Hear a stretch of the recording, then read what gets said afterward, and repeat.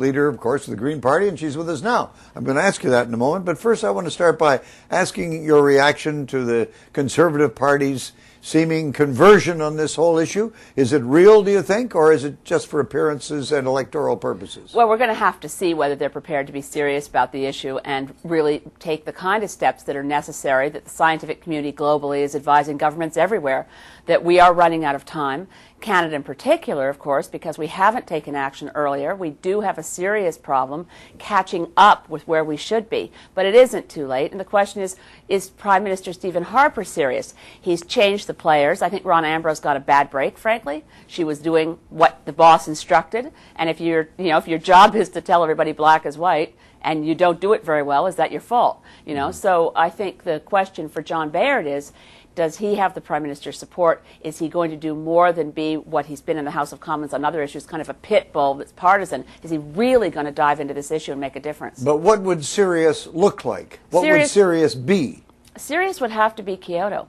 I mean, we have an international treaty to which we are legally bound, and so far, since the Harper government came to power, we've become an international pariah. People are wondering, what on earth is Canada doing? Why are we the only Kyoto party at this point that said we're not going to try? Now that's really a stunning thing for a country like Canada to do. So we can meet Kyoto targets, but it will be very difficult. And the important thing to understand too is that Kyoto is just a first step. We're negotiating right now what our targets are post 2012 when the first Kyoto period ends. Canada has got to be serious about emission reductions in the next commitment period after the first phase ends in 2012. But now that you're a politician and not just an environmentalist, you're going to have to be part of the whole balancing act that politicians have to live with. For instance, you're going to have to say, how much would this cost? And what has to be sacrificed for the cost of doing Kyoto? This is what we always ask is, what does it cost? We forget to ask, what's it going to make? It's not what it costs, it's what it makes. If you do this right, and Bill Clinton's always making this point, when we do this right, we actually have an economic engine of growth. And if you fail to do it, look at what the Sir Nicholas Stern's report, former senior economist at the World Bank, it's a $7 trillion hit to our economy if we don't act now. So it's not a question, it's a false dichotomy of economy versus acting on climate. You have to act on climate. If you do it right, you're helping your economy.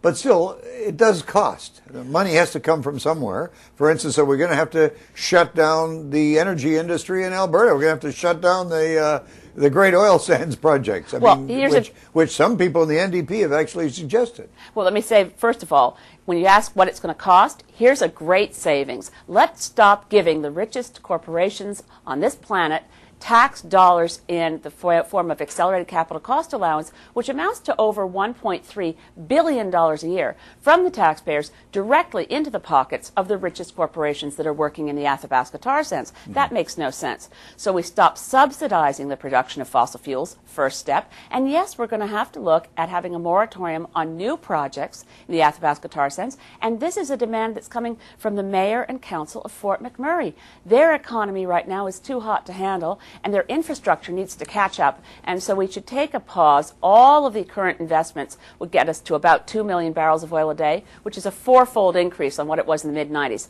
Surely to God, we can just take a pause, figure out if we can do this without destroying our environment, and let the economy in Alberta catch up with itself. But what would a budget look like, a federal budget this time around that started a movement toward Kyoto? What would it have to say? It would have to have carbon taxes. In my view, and the Green Party view, tax shifting is an essential part of what we need to do to send the right signals. So we can bring down income tax, bring down taxes on payroll taxes, and replace that income on taxes coming to the federal treasury from a carbon tax that's applied across our economy.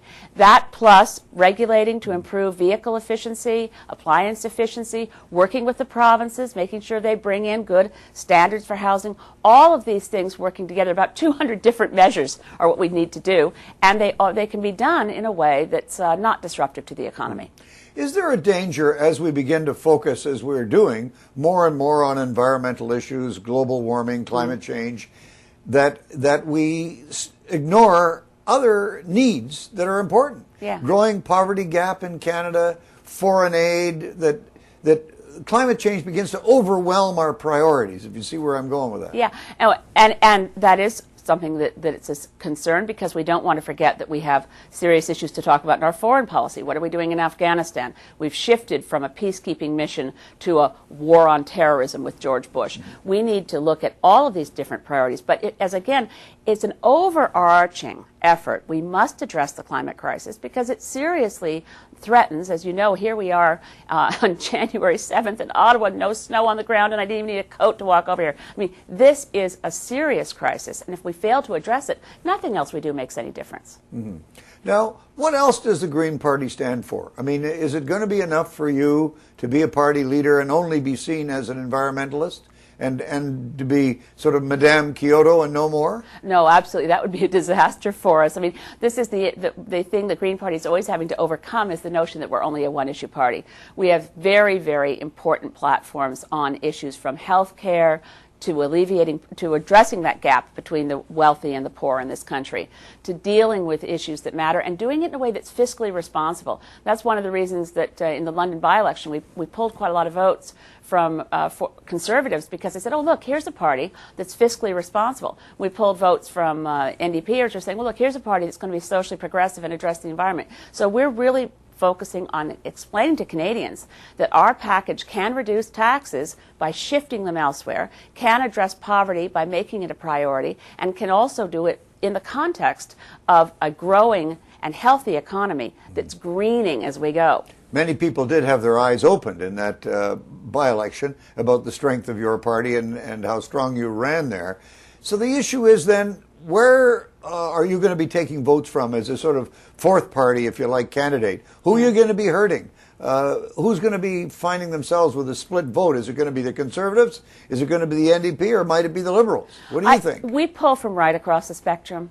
You know, Craig, I think that for a lot of people, a lot of former progressive Conservatives, for instance, they don't see themselves in the Stephen Harper brand of conservatism, and they're very attracted to the Green Party. And people who are tired of wondering what the NDP is doing on key issues, and they say, gee, the Green Party looks like it has, you know, a serious commitment to climate change that doesn't get distracted by, you know, bringing down, as Jack Layton did, brought down the government last year on the opening day of the UN Climate Conference. It was a fairly reckless thing to do if you care about the climate. So we're pulling from right across the spectrum, and Liberals were saying, I'm tired of all the promises, I'd like a party with principles. So this is the moment for the Green Party, because we aren't just at one end of the political spectrum. We pull from right across.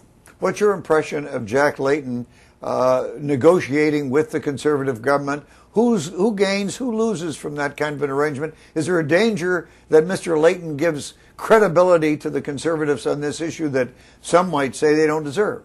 I think that's a very large danger. And, you know, Jack Layton ran a last election saying, it's going to be a Conservative government. You need us in there fighting for you. Well, I mean, the first question he asked Stephen Harper after the speech from the throne, you may recall, he provoked a standing ovation from the Conservatives, because Layton has had this tendency, and in his end-of-the-year interview, Stephen Harper mentioned the most cooperative of the leaders of the opposition parties is Jack Layton. So it seems to me that Prime Minister Harper and Jack Layton may have an alliance building based on the enemy of my enemy is my friend, and they both don't want a Liberal success. So as a result, they have more in common than the average voter would think. Ms. May, I know you're planning to run next time, but have you decided where? I'm torn. I'd love to be the Member of Parliament for Cape Breton Canso. That's where my family home is. But a lot of people in London North Centre would like me to come back. So I'll be making up my mind very, very soon. Elizabeth May, thank you very much. Good luck. Thank you, Craig. So good to be here.